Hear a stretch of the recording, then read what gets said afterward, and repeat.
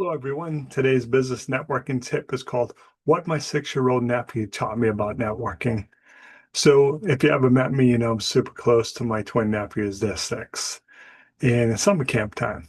One of them's doing great. He just loves camp, seems to make friends easily, going great. The other one, not so much. He's struggling a little bit in the friendship area.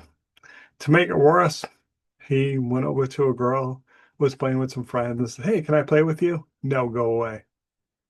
Ouch, ouch. He was crushed. And it was cute because he said to me, "Kev, I'm friends with her, but she's not friends with me." Not sure how that works, but okay. But it was a valuable lesson because then I could say to him, "You remember that, how that felt when someone wants to play with you."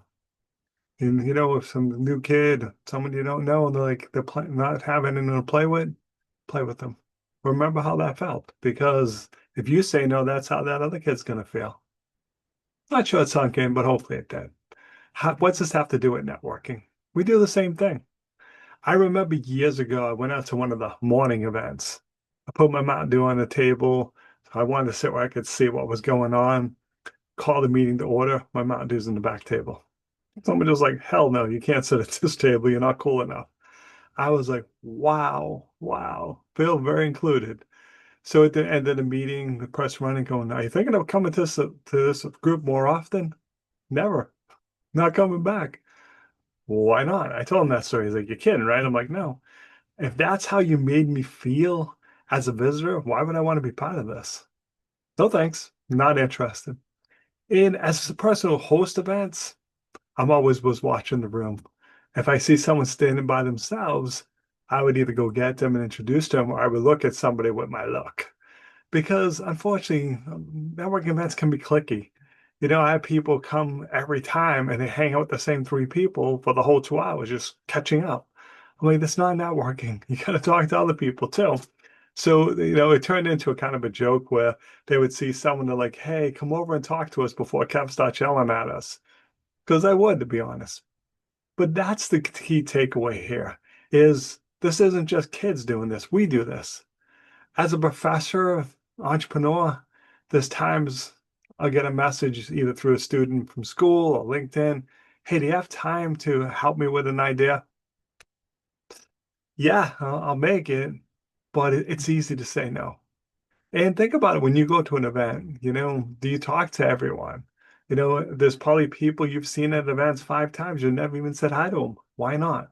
Because you want to hang out with your friends. You're doing the same thing that happened to my little nephew. So be cautious of this, be inclusive. And when someone takes the time to ask you for help, make it. And have people, "I'm too busy for that." Seriously, you don't have 15 minutes. I'm gonna call you out on that if you're saying, "I don't have 15 minutes." Did you watch TV today? Did you stare at social media? There's 15 minutes somewhere. Here's the thing though. When you're the askee and someone tells you when they can do it, please do your best to change your schedule around to accommodate it. It was last term. I was teaching in Barica, so someone wanted to chat. I'm like, "Hey, I got about a 30-minute ride at 8 a.m. In the morning." "Yeah, 8 a.m. I don't get up till like 10. "All right, no problem." "Well, can we talk at 10? Like, "No, I'm in class at 10. So I'm like, "Look, I'm not trying to be a jerk about this, but when you're telling me you don't want to get out of bed, you're sending me 2 messages. First one, you don't really have any faith in this idea that you want to talk about. And secondly, you don't really value my opinion. So why bother?" And he's like, I'm like, "Look, if you don't want to get up, that's cool. That's your prerogative. But, please don't, expect me to go around your schedule because, it's a little challenging. But try to find time for people. I know there's times I look down at the message, I'm like, oh, I'm thinking about what I got going on, and sometimes I am tempted to say no, and sometimes honestly I do say no because I try to be a little more careful now. I'll ask, "Hey, what are we talking about?" Because in some cases I simply don't have the knowledge. I've never raised capital, so no value to you in that area. But I want you to think back to this and how you felt. I know when I first started teaching, I was lucky to find a mentor right away who guided me. Because there's times when things would happen, I'd be overwhelmed. I'm like, "I don't know what I'm supposed to do about this."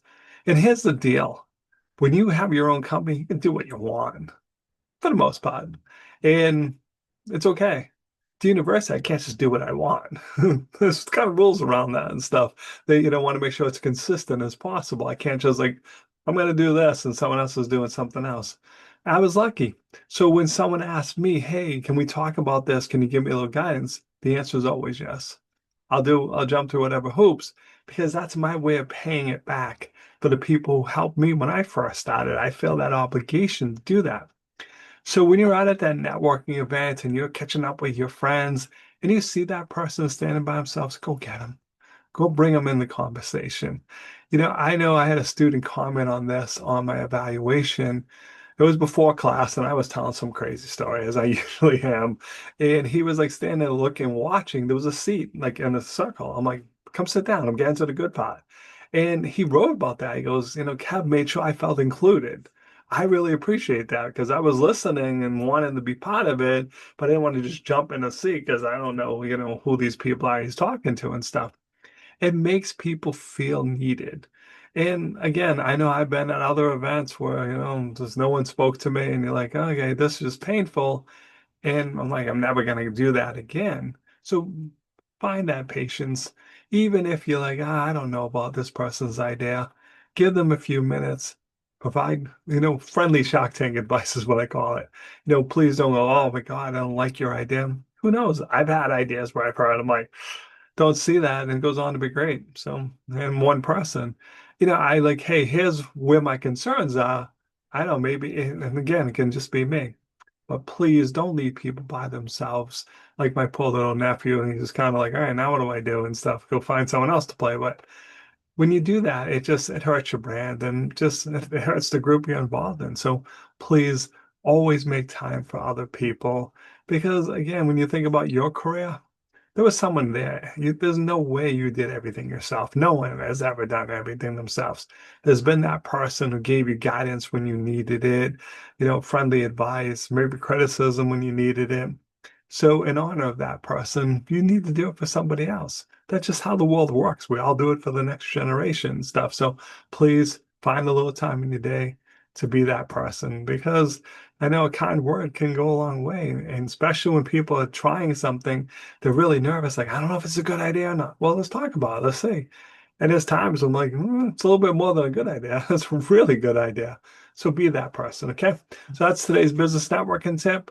As always, appreciate you taking a minute to watch my video. Hope you're having a truly dazzling day.